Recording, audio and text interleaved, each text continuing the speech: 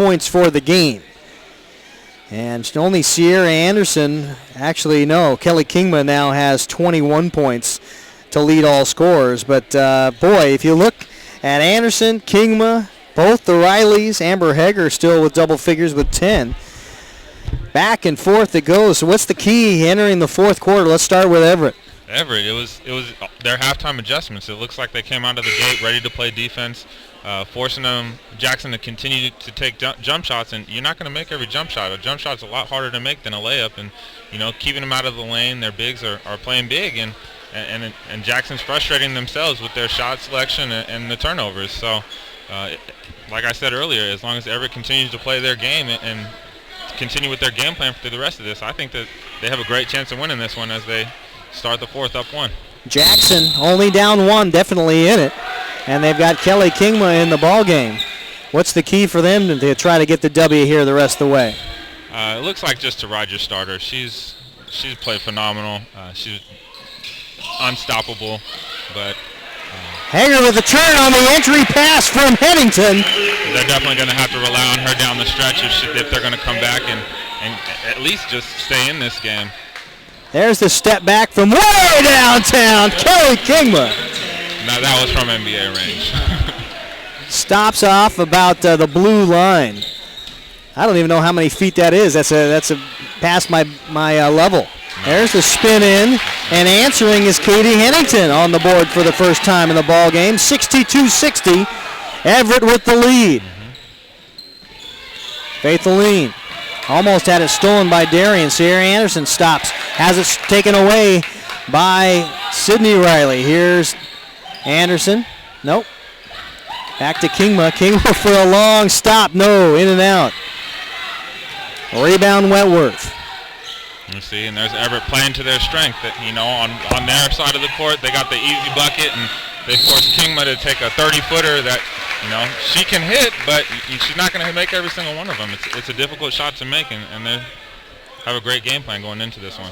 Darian Riley saw some daylight, put the gas pedal down, and headed in for the left hand. Has fouled, and a chance to extend the lead now. That foul against Anderson, her first personal. Everett is in the bonus the rest of the way as Darian hits the free throw.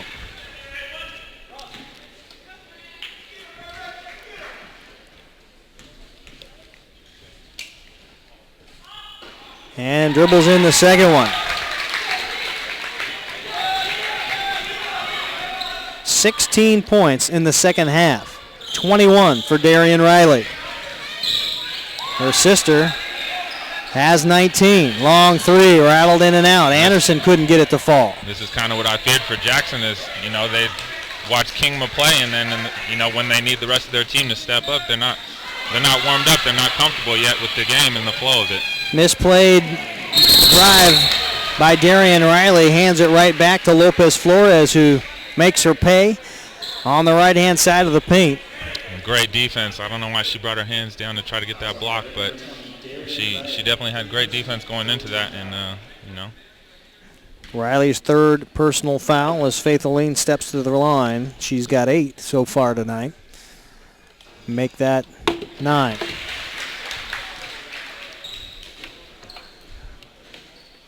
Lopez Flores, kind of the tertiary player on this Jackson team, can score in bunches, but when you've got Anderson and Kingma ahead of you, sometimes it's hard to find your role. Yeah, she's a player that just needs to warm up and get her little hot streak going. But right now, it's tough, especially with Kingma on the court. She demands a high shot percentage, and if those aren't going to some of the other players that outside of that, if they're not scoring, it'll be tough. Darian with her second turnover in as many trips. That one trying to get to the interior on a long pass. A skip pass through the key, and now only down 2. Jackson has a chance to tie or go ahead with 6 minutes to go. Anderson looking for Kingma, who's posting up underneath. Yeah, Faith Aline, step back, pull up, no. Here comes Sydney Riley. Almost fouled, and she is fouled by Kingma. That'll be Kingma's third. And that was a good foul. But it's 101. The bonus is in effect. And Sydney Riley will go to the free throw line to try to advance the lead past 2.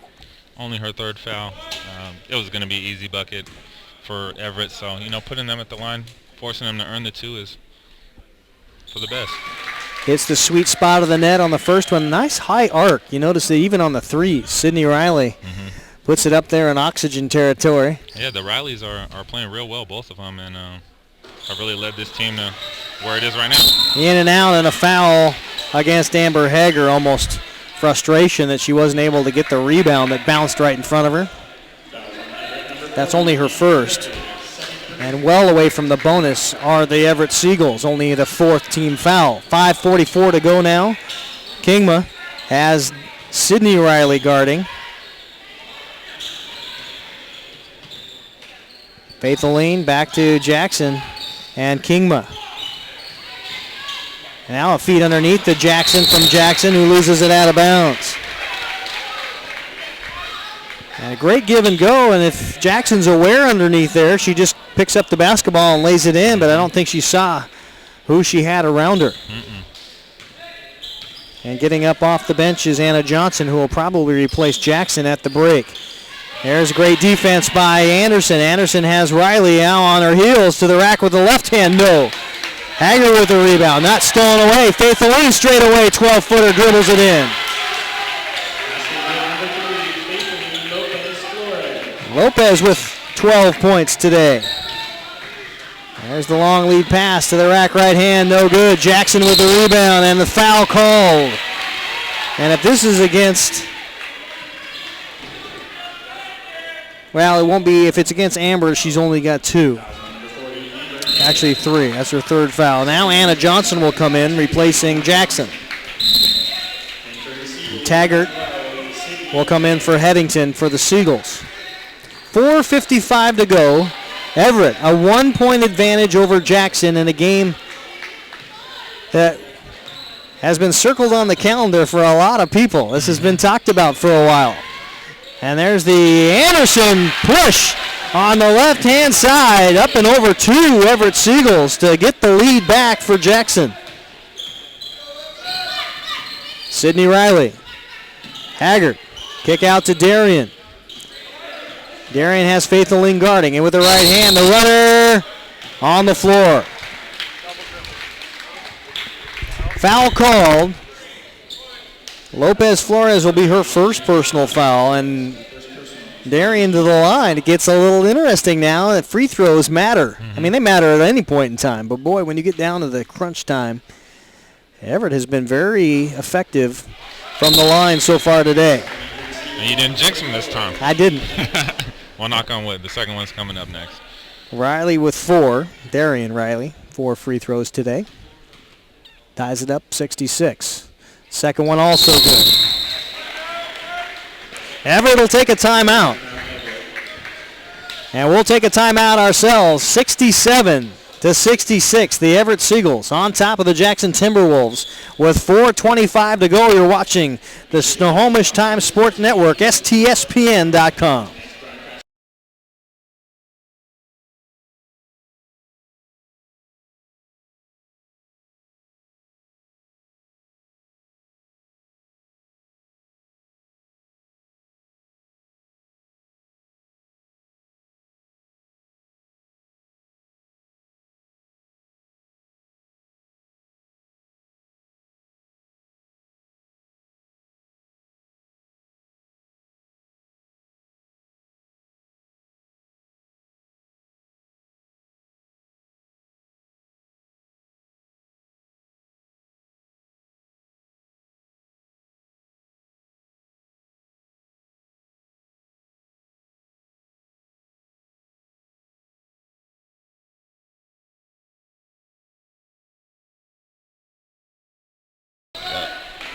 Welcome back on STSPN. We've got a ball game. The Jackson Timberwolves take the leather, down by 1, 67-66 with 4:25 to go in the ball game. In the man-to-man defense go the Everett Seagulls as Kelly Kingman now passes off to Anderson, being guarded by Darian Riley. Faith Aline with the push by Everett, and the foul, I think that will go against Darian Riley. We'll see also there was Wentworth. Tanisha Wentworth will get her second personal foul. The next foul for Everett will put Jackson in the bonus. There's the turnover, and no, rolled out. Faith Aline picks it up. Jackson three! And takes a 2-point lead. Jackson 69-67, 4 minutes to play. And a tie-up on the entry pass as Kingma got two hands on the ball with Katie Hennington. Both fall to the deck. Jackson will get the jump ball. So the arrow goes back to Everett. Jackson only one timeout left to Everett's 3. We'll see how that plays out here in the final 3:40. Steal. Here comes Darian. Riley with a hesitation dribble. Dribbles to the right. Now goes up to the glass. Tipped and out of bounds. Had a good look at the lane. They just need to slow it down, let their game come to them, and continue playing the game that they played all game. One of the few times that Everett's been down in this ball game. There's the bounce pass into Hager. Tries to force one up, and it's ripped down. Locknane. Darian gets the ball back for him. And that is frustration that does you well. Darian obviously very frustrated. They weren't able to get the score there on an easy entry pass that she made. Comes right back out and gets the steal. Sister Sydney up with that left-hand runner off the glass. Sister to sister, Riley and Riley both instrumental in this ball game. It's tied up at 69 with 3:19 to go. Anderson, bounce pass underneath, thrown up. They say last touched by Sydney Riley. And Kingma lucky that the ball didn't go back to Everett. And I think tried to flop just a little bit. There didn't look like too much contact between Sydney Riley and herself. But now they're definitely pushing and shoving a little bit. Anderson with a walk. She had the room, got big eyes, and didn't know what to do with the ball. A big possession coming up here for Everett, seeing if they can capitalize. 3 minutes left. Sydney Riley will bring it up. Guarded man-to-man by Sierra Anderson. Now to Darian Riley. Being guarded by Locknane. Being forced to the left hand. And then a walk and a scoop shot. That was a little interesting. That was good defense. Now comes back in out of bounds and almost picks it off. Now a 3-on-2 break. Faith Aline in traffic. Here's Kingma. Dribble drive. Short corner. Kick back out to Faith Aline. Got it! 2-point lead. Jackson 71-69.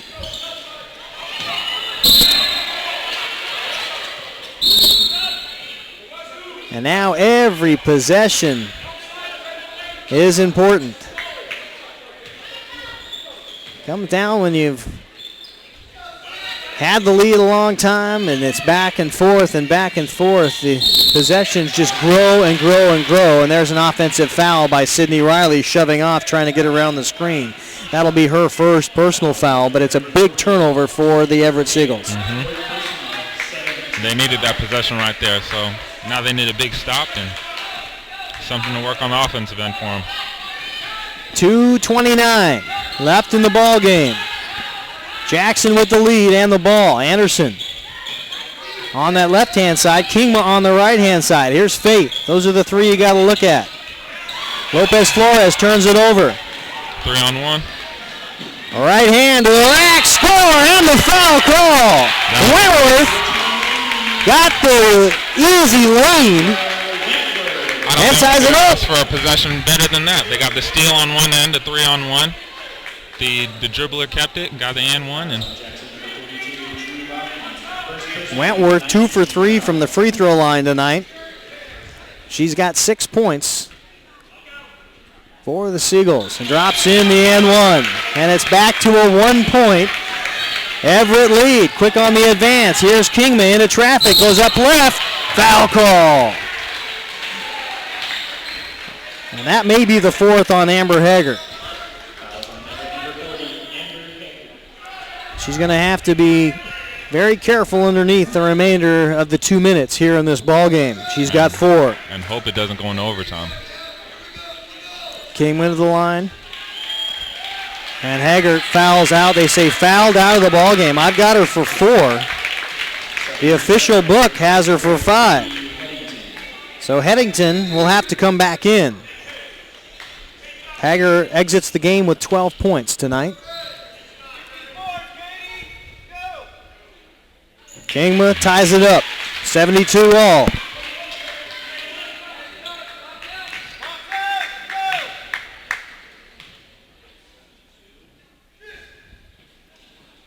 Boom. It's a 1-point Jackson lead with 2 minutes to play. What is Everett going to do to respond? Here is Sydney Riley, out to Darian Riley. Back to Sydney, stops, gathers herself, and sets the offense with that left hand. Now out to Taggart, who has Kingma guarding. Backside, they're trying to find the big, not there. Darian right there for the possession and puts it up. Darian Riley. 74-73 Everett with 1:30 to go. Here we go, Jackson with the ball. Faithaline underneath. Count it!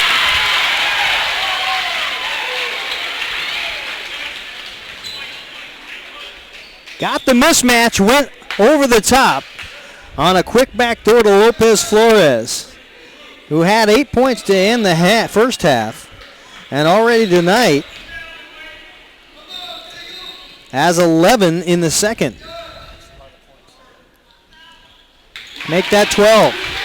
20 points for Faithaline Lopez Flores. And most importantly, a 2-point Jackson lead here with 1:20 to go. Sydney back to Darian. A double teaming Sydney Riley. There's the shot off the glass, dribbles around, no good. Rebound Jackson. And wisely slowing down the basketball is Kelly Kingma. Almost stolen away. Loughnane lost the basketball. Now a timeout. John Lowe wants to talk things over after a quick possession. I think had he not called it, it was a deuce. Yeah. But he had the numbers. He's shooting himself in the foot for that one, but, you know, he has a chance, 29 seconds left on the shot clock to draw up a play and to get a good one. It's probably a one-possession game for both teams. How do you play? You got 29 seconds on the shot clock, 55 seconds on the game clock. So even if you run it down the entire way and get the basket, you've tied it up and let Jackson have the remaining 20. I think you score fast? I think you want to score fast, especially with the way that your team is playing. Their set offense hasn't been the best. They've been better when they've been, I wouldn't say out of control, but when Darian's at the helm and driving and dishing to the open man, they've played the best. So I think a quick score here, hopefully tie the game up, and then force Jackson's hand to give you the last shot in the game. Jackson goes into a zone defense for the first time tonight and almost has it stolen away. It'll be 18 seconds on the shot clock, 44 in the game clock when Everett inbounds. What a ball game. Darian with the basketball. 15 on the shot clock. She'll step right into a three straight away, left it short. Rebound, Everett. Haggart tries the shot, no good. Kingma pulls down the rebound with 30 seconds. There's a 2-second differential between the game and the shot clock. And you should see fouls here. 22. Sydney Riley. Now to Anderson. Anderson dribble drives, and now a foul call. That will be against Darian, her fourth. I think they might have waited too long to foul. I mean, I understand you want to get the ball out of Kingma's hands first, but they should have fouled about 10 seconds ago. Jackson with a 2-point lead, 76-74. Sierra Anderson at the line with 12.7 seconds to go. Hits the first one.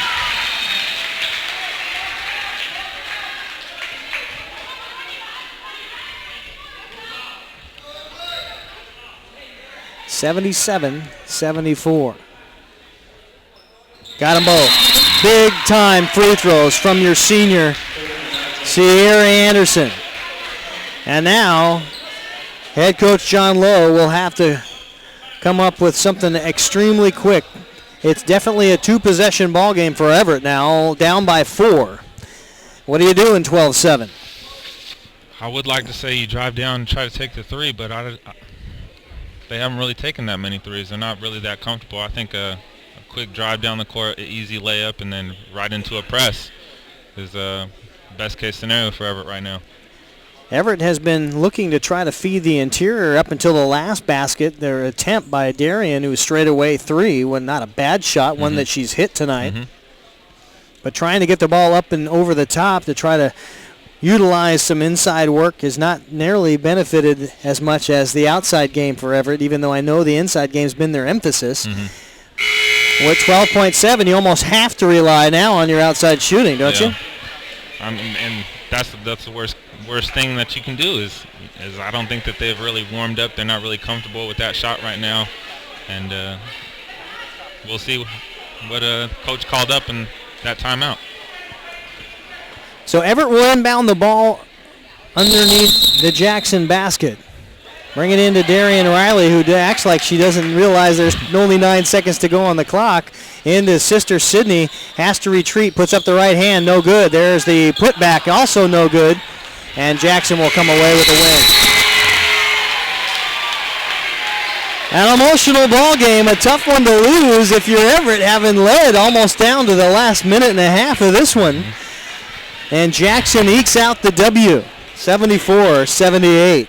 Just a tough loss, first loss of the season. Tough pill to swallow, but definitely a learning experience. Definitely a game of education on clock management towards the end of there, and it was a rough one for them. If you told me that both teams were going to be in the 70s and the high 70s in this one, I would say that the advantage was definitely Jackson's heading in. But now that I've seen Everett, I see what the Riley sisters can do. I see how they play. High 70s for them on a regular basis is probably not out of the question. No, they definitely played up to their challenge. It was a great game. I hope to see teams like this again. And they really learned, I think, both teams, that Jackson how to play without their superstar and to still maintain that high-octane offense, and for Everett to control the game and to play teams that have high-octane offenses and high scores like Kingma was tonight.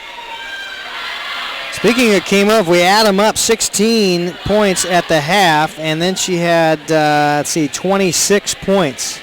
Kind of slowed down a little bit in the second half, but shoot, 26 points right at her average. I believe you had that leading the Wesco with 23.4, so definitely right there at her average, and she didn't play the high minutes that you're used to seeing.